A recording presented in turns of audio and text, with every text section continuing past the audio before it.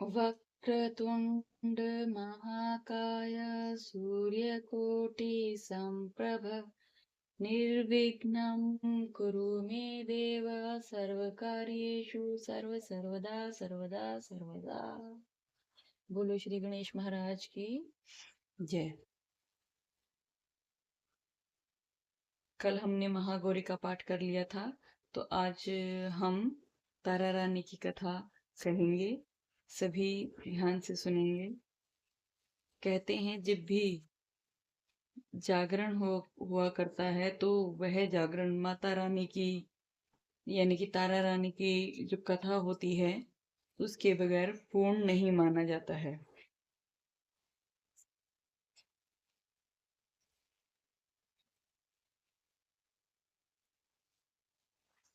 आज 9वां दिन है। 9वां दिन बोलते हैं पहले। 9वां दिन सिद्धि दात्री सिद्ध गंधर्व्य शारदेत सुरई रम्य रप रई रपि सेवा मान सदा भुआत सिद्धिदा सिद्धिदायिनी। माँ दुर्गा जी की नवी शक्ति का नाम सिद्धिदात्री है। ये सभी प्रकार की सिद्धियों को देने वाली है। नव दुर्गाओं में माँ सिद्धिदात्री अंतिम है।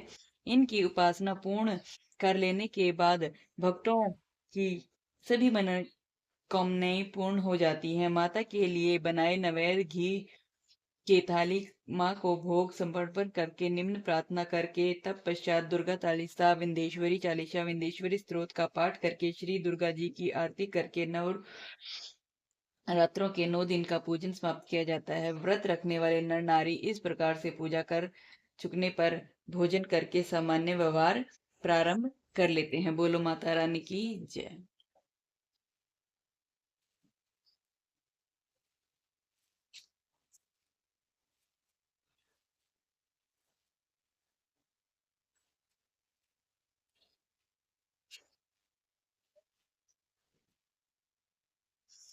माता रानी की कथा प्रारंभ होती है। हे माता रानी सब पर कृपा बसाए रखना। माता रानी की कथा। माता के जगराते में महारानी तारा देवी की कथा सुनने की परंपरा प्राचीन काल से चली आ रही है। बिना इस कथा के जागरण को संपूर्ण नहीं माना जाता है। माता के प्रत्येक जागरण में इसको सम्मिलित करने का परंपरागत विधान है। इस कलयुग में इस शक्ति की पूजा से ही भक्तों के मन की मनोकामना पूर्ण होती है और मन को शांति मिलती है। कथा इस प्रकार है। महाराजा दक्ष की 2 पुत्रियां तारा देवी और रुक्मण भगवती दुर्गा जी की भक्त में अटूट विश्वास रखती थी। दोनों बहनें नियम पूर्वक एकादशी का व्रत किया करती थी तथा माता के जागरण में प्रेम के साथ कीर्तन एवं महाकाव्य कहा सुना करती थी। एकादशी के दिन एक बार भूल से छोटी बहन रुक्मण के ने मांसाहार कर लिया। जब तारा देवी को पता चला तो उसे रुक्मण पर बड़ा क्रोध आया और बोली, तू है तो मेरी बहन, किंतु मनुष्य देह पाकर भी तूने नीच योनि के प्राणी जैसा कर्म किया है। तू तो छिपकली बनने योग्य है। बड़ी बहन के मुख से निकले इन शब्दों को रुक्मण ने शिरोधार्य कर लिया और साथ ही प्रायश्चित का उपाय भी पूछा। तारा ने कहा, त्याग कर परोपकार से सब कुछ पाप छूट जाते हैं। दूसरे जन्म में तारा देवी इंद्रलोक की अप्सरा बनी और छोटी बहन रुक्मण छिपकली योनि में प्रायश्चित का अवसर ढूंढने लगी। द्वापर युग में जब पांडवों ने अश्वमेध यज्ञ किया तब उन्होंने दूत भेजकर दुर्वासा ऋषि सहित 33 करोड़ देवी देवताओं को निमंत्रण दिया। जब दूत दुर्वासा ऋषि के स्थान पर निमंत्रण लेकर गया तो दुर्वासा ऋषि बोले, यदि 33 करोड़ देवी देवता उस यज्ञ में भाग लेंगे तो मैं उसमें शामिल नहीं होगा। दूत 33 करोड़ देवी देवताओं का निमंत्रण देकर वापस पहुंचे और दुर्वासा ऋषि का सारा वृतांत पांडवों को कह सुनाया कि सब देवी देवताओं को बुलाने के कारण वह नहीं आएंगे। यज्ञ प्रारंभ हुआ। 33 करोड़ देवी देवता यज्ञ में भाग लेने आए। उन्होंने दुर्वासा ऋषि जी को न देखकर पांडवों से पूछा कि ऋषि को क्यों नहीं बुलवाया। इस पर पांडवों ने नम्रता सहित उत्तर दिया कि निमंत्रण भेजा था किंतु वह अहंकार के कारण नहीं आए। यज्ञ में पूजन हवन आदि निर्विघ्न समाप्त हुए। भोजन के लिए भंडारे की तैयारी होने लगी। दुर्वासा ऋषि ने देखा कि पांडवों ने उनकी उपेक्षा कर दी है तो उन्होंने क्रोध करके पक्षी का रूप धारण किया है। चोंच में सर्प लेकर भंडारे में फेंक दिया। इसका किसी को कुछ भी पता नहीं था। वह सर्प केर की कढ़ाई में गिरकर छिप गया। एक छिपकली जो पिछले जन्म में तारा देवी की छोटी बहन थी तथा बहन के शब्दों को शिरोधार्य कर इस जन्म में छिपकली बनी थी, सर्प को का भंडारे में गिरना देख कर रही थी। उसे त्याग व परोपकार की शिक्षा अब तक याद थी। वह छिपकली घर की दीवार पर चिपकी समय की प्रतीक्षा करती रही। कई लोगों के प्राण बचाने हेतु उसने अपने प्राण न्यौछावर कर देने का मन ही मन निश्चय किया। जब खीर भंडारे में दी जाने लगी थी तब सबकी आंखों के सामने वह छिपकली दीवार से कूद कर कढ़ाई में जा गिरी। इस प्रकार लोग छिपकली को बुरा भला कहने लगे तथा खीर की कढ़ाई को खाली करने लगे। उस समय उन्होंने उसमें मरे हुए सांप को देखा। अब सबको मालूम था हुआ कि छिपकली ने अपने प्राण देकर अपने सबके प्राणों की रक्षा की है। इस प्रकार उपस्थित सभी सज्जनों तथा देवताओं ने उस छिपकली के लिए प्रार्थना की कि उसे सब योनियों में उत्तम मनुष्य योनि प्राप्त हो, अंत में मोक्ष को प्राप्त करे। तीसरे जन्म में छिपकली राजा स्पर्श के घर कन्या बनी। दूसरी बहन तारा देवी ने फिर मनुष्य का जन्म लेकर तारामती नामक से अयोध्या के प्रतापी राजा हरिश्चंद्र के साथ विवाह किया। राजा स्पर्श ने ज्योतिषियों से कन कुंडली बनवाई। ज्योतिषियों ने राजा को बताया कि क्या राजा के लिए हानिकारक सिद्ध होगी, शकुन ठीक नहीं है, अतः आप इसे मरवा दीजिए। राजा बोला, लड़की को मारना बहुत बड़ा पाप है, मैं इसका पाप का भागी नहीं बन सकता। तब ज्योतिषियों ने विचार करके राय दी कि हे राजन, आप एक लकड़ी के सुंदर संदूक में ऊपर से सोना चांदी आदि जड़वा दें। फिर उस संदूक में भीतर लकड़ी को बंद करके नदी में प्रवाहित कर दीजिए। सोना चांदी जड़ित लकड़ी का सुंदर संदूक अवश्य ही कोई लालच में निकाल लेगा। आपकी कन्या भी पल जाएगी, आपको किस प्रकार का पाप भी नहीं लगेगा। ऐसे ही किया। नदी में बहता हुआ संदूक काशी के समीप एक हरिजन को दिखाई दिया। वह संदूक को नदी से बाहर निकाल लाया। जब खोला, उसमें सोना चांदी के अतिरिक्त रूपवान कन्या दिखाई दी। उस हरिजन के कोई भी संतान नहीं थी। तब जब उसने अपनी पत्नी को वह कन्या दी तो उसकी खुशी का ठिकाना न रहा। उसने अपनी संतान के समान ही बच्ची को छाती से लगा लिया। भगवती की कृपा से उसके संतानों में दूध भी उतर आया। पति पत्नी ने प्रेम से कन्या का नाम रुक्को रख दिया। वह कन्या विवाह योग्य हुई तो हरिजन ने उसका विवाह अयोध्या के जातीय युवक के साथ बड़ी धूमधाम से किया। इस प्रकार पहले जन्म की रुक्मणी, दूसरे जन्म की छिपकली, तीसरे जन्म में रुक्को बन गई। रुक्को की सास महाराजा हरिश्चंद्र के घर सफाई आदि करने के लिए जाया करती थी। एक दिन वह बीमार पड़ गई। निदान रुक्को महाराजा हरिश्चंद्र के घर में काम करने के लिए पहुंच गई। महाराज की पत्नी तारामती ने रुक्को से कहा कि हे बहन, तुम यहाँ मेरे निकट आकर बैठो। महारानी की बात सुनकर रुक्को बोली, रानी जी, मैं नीच जाति की भीलनी हूँ, भला मैं कैसे बैठ सकती हूँ। तब तारामती ने कहा, बहन, तू पूर्व जन्म में मेरी सगी बहन थी। एकादशी का व्रत खंडित करने के कारण तुमने छिपकली की योनि में जाना पड़ा। जो होना था हो चुका है। अब तुम अपने इस जन्म को सुधारने का उपाय करो तथा भगवती वैष्णव की सेवा करके अपना जन्म सफल बनाओ। यह सुनकर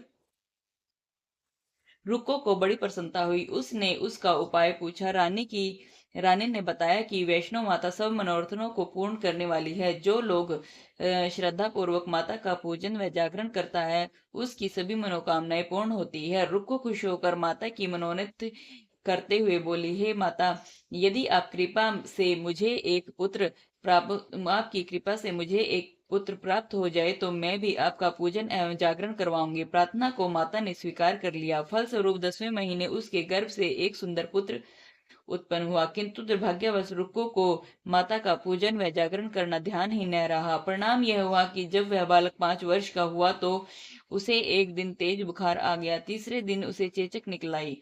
रुको दुखी होकर अपने पूर्व जन्म की बहन तारामती के पास गई और बच्चे की बीमारी का सब वृतांत सुनाया। तब तारामती ने कहा, तू जरा ध्यान करके देख कि तुझसे क्या माता के पूजन में कोई भूल हुई है। इस पर रुक्को को 6 वर्ष पहले की बात ध्यान आ गई। उसने अपना अपराध स्वीकार किया और कहा कि बच्चे को आराम आने पर अवश्य ही जागरण करवाऊंगी। भगवती की कृपा से बच्चा दूसरे दिन ही ठीक हो गया। तब रुक्को ने देवी के मंदिर में जाकर पंडित से कहा कि मुझे अपने घर माता का जागरण करवाना है, तो आप मंगलवार को मेरे घर पधार कर किरदार करें। पंडित बोला, अरे रुको, तू तो यही 5 रुपए दे जा, हम तो तेरे नाम का जागरण यहीं करवा देंगे। तू नीच जाति की स्त्री है, इसलिए हम तेरे घर चलकर देवी का जागरण नहीं कर सकते। रुक्को ने कहा कि हे पंडित जी, माता के दरबार में ऊंच नीच का कोई भी विचार नहीं होता है। वे तो सब भक्तों पर समान रूप से कृपा करती हैं, अतः आपको कोई ऐतराज नहीं होना चाहिए। इस पर पंडित ने आपस में विचार करके कहा कि यदि महारानी तारामती तुम्हारे जागरण में पधारती हैं तो हम अवश्य आएंगे। यह सुनकर रुक्को महारानी तारामती के पास गई और सारा वृतांत कह सुनाया। तारामती ने जागरण में शामिल होने के लिए सहर्ष ही स्वीकार कर लिया। जिस समय रुक्को पंडित से यह कहने गई कि महारानी जागरण में आएगी, उस समय सेना नाई ने यह सुन लिया और महाराज हरिश्चंद्र को जाकर सूचना दी। राजा ने सेना नाई से यह सब बात कहकर सुलाई। तेरी बात झूठी है, महारानी हरिजनों के घर जागरण में नहीं जा सकती। फिर भी परीक्षा लेने के लिए राजा ने रात को अपनी उंगली पर थोड़ा सा चीरा लगा लिया, जिससे नींद न आए। रानी तारामती ने जब यह देखा कि जागरण का समय हो रहा है किंतु महाराज को नींद नहीं आ रही है, तो उसने माता वैष्णो से मन ही मन में प्रार्थना की कि हे माता, आप किसी उपाय से राजा को तुरंत सुला दीजिए ताकि मैं जागरण में शामिल हो सकूं। राजा को नींद आ गई। रानी तारामती रोशनदान से रस्सी बांधकर महल से उतरी, रुक्को के घर जा पहुंची। उस समय जल्दी के कारण रानी के हाथ का रेशमी रुमाल और पांव की एक पैल रास्ते में गिर गई। उधर थोड़ी ही देर बाद राजा हरिश्चंद्र की नींद खुल गई और तब वह रानी का पता लगाने के लिए रुक्को के घर छिप कर गए। मार्ग में पायल और रुमाल देखने से उसने देखे और जागरण वाले स्थान पर जा पहुंचे। राजा ने दोनों चीजें रास्ते से उठाकर अपने पास रख ली। जहां जागरण हो रहा था वहां पर एक कोने में चुपचाप बैठकर सब दृश्य देखने लगे। जब जागरण समाप्त हुआ तो सब ने माता की आरती व अरदास की। उसके बाद प्रसाद बांटा गया। रानी तारामती को जब प्रसाद मिला तो उसने एक प्रसाद अपनी झोली में रख लिया। वह प्रसाद अपनी झोली में रख लिया। यह देखकर लोगों ने पूछा कि आपने प्रसाद क्यों नहीं खाया? यदि आप प्रसाद नहीं खाएंगे तो हम भी नहीं खाएंगे। रानी बोली, तुमने जो प्रसाद मुझे दिया है वह मैंने महाराज के लिए रख दिया है। तब मुझे अब मुझे और मेरा प्रसाद दो। अब की बार प्रसाद लेकर तारा ने खा लिया। उसके बाद सब भक्तों ने माता का प्रसाद ग्रहण किया। इस प्रकार जागरण समाप्त करके प्रसाद खाने के बाद रानी तारामती घर की ओर चली गई। जब राजा ने आगे बढ़कर रास्ता रोक लिया और कहा कि तुमने नीचों के घर का प्रसाद खाकर मेरा धर्म भ्रष्ट कर दिया है, अब मैं तुझे अपने घर में कैसे रखूं? तूने तो कुल की मर्यादा प्रतिष्ठा का भी ध्यान नहीं रखा है। जो प्रसाद तूने अपनी झोली में रखा है वह मेरे लिए लाई हो, उसे खिलाकर मुझे भी पवित्र करना चाहती हो। ऐसा कहते हुए जब राजा ने झोली की ओर देखा तो भगवती की कृपा से प्रसाद के स्थान पर उसमें चंपा चमेली गेंदे के फूल थे। कच्चे चावल, सुपारी, मखाने, ज्वारे आदि थे और नारियल दिखाई दिए। राजा हरिश्चंद्र रानी को लेकर साथ लेकर लौटा और वहां रानी ने ज्वाला मैया की शक्ति से बिना माचिस तथा चमक पत्थर की सहायता से बिना राजा को अग्नि प्रज्वलित करके दिखाई दी, जिससे राजा को आश्चर्य और बढ़ गया। राजा के मन में देवी के प्रति विश्वास व श्रद्धा जाग उठी। इसके बाद राजा ने कहा रानी से कहा कि मैं माता के प्रत्यक्ष दर्शन चाहता हूँ। रानी बोली, प्रत्यक्ष दर्शन करने के लिए बहुत बड़ा त्याग देना होगा। यदि आप अपने पुत्र रोहित की बलि दे सकें तो आपको दुर्गा देवी के प्रत्यक्ष दर्शन प्राप्त हो जाएंगे। राजा के मन में देवी के लिए दर्शन की लालसा इतनी बढ़ गई थी कि उसने अपने पुत्र मोह को त्याग कर रोहित का सिर देवी के चरणों में अर्पित कर दिया। सच्ची श्रद्धा एवं विश्वास देख दुर्गा माता सिंह पर सवार होकर उसी समय प्रकट हो गई। राजा हरिश्चंद्र माता के दर्शन करके कृतार्थ हुआ।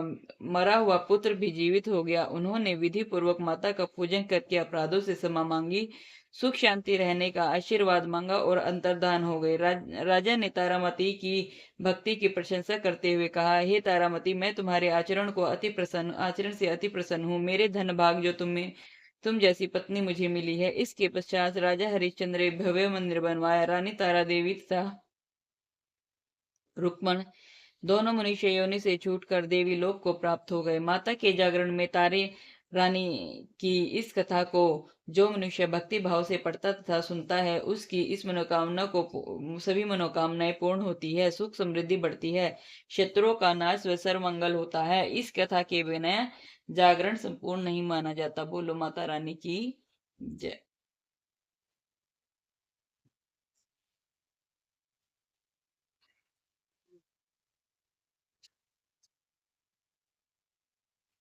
अम्बे जी की आरती करते हैं।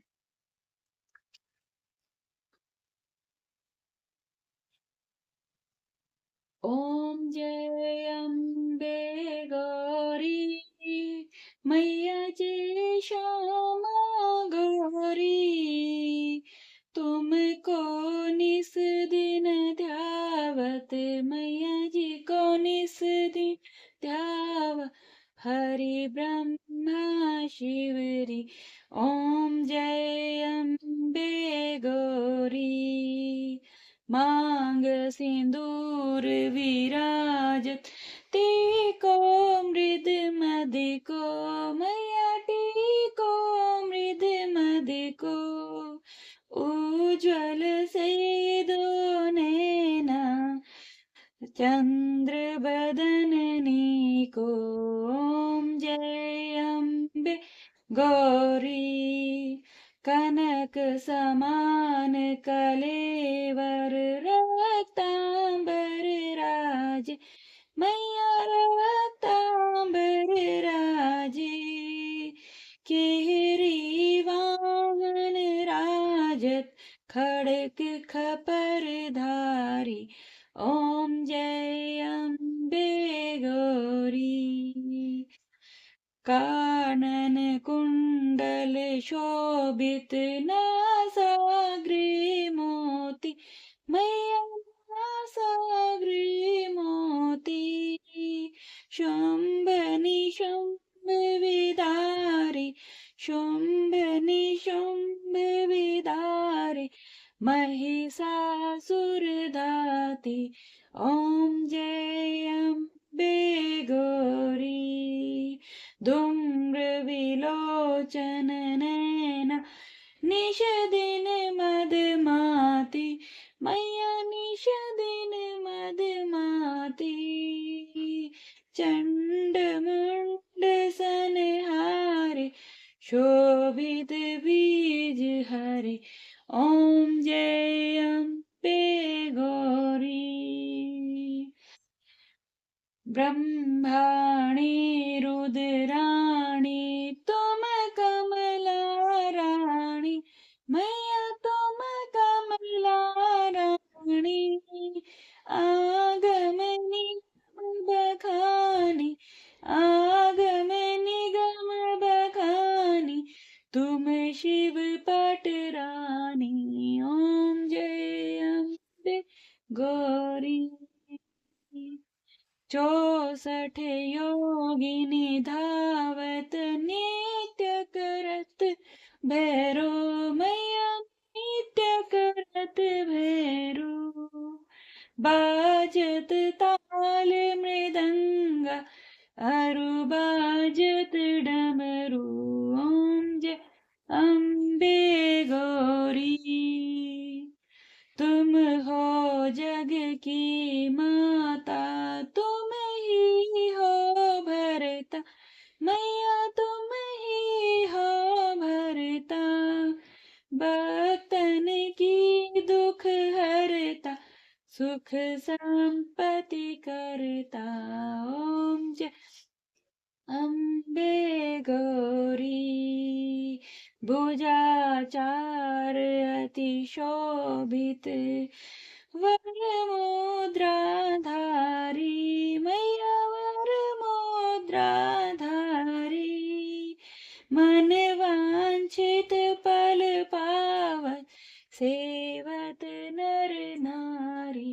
ओम जय अम्बे गौरी कानन कुंडल थाल विराज अगर कपूर बाती मैया अगर कपूर बाती माल के तू मेरे राज रौटिक रजत ज्योति। ओम जय अम्बे गौरी ओम जय अम्बे गौरी मैया जय श्यामा गौरी। बोलो सच्चे दरबार की जय।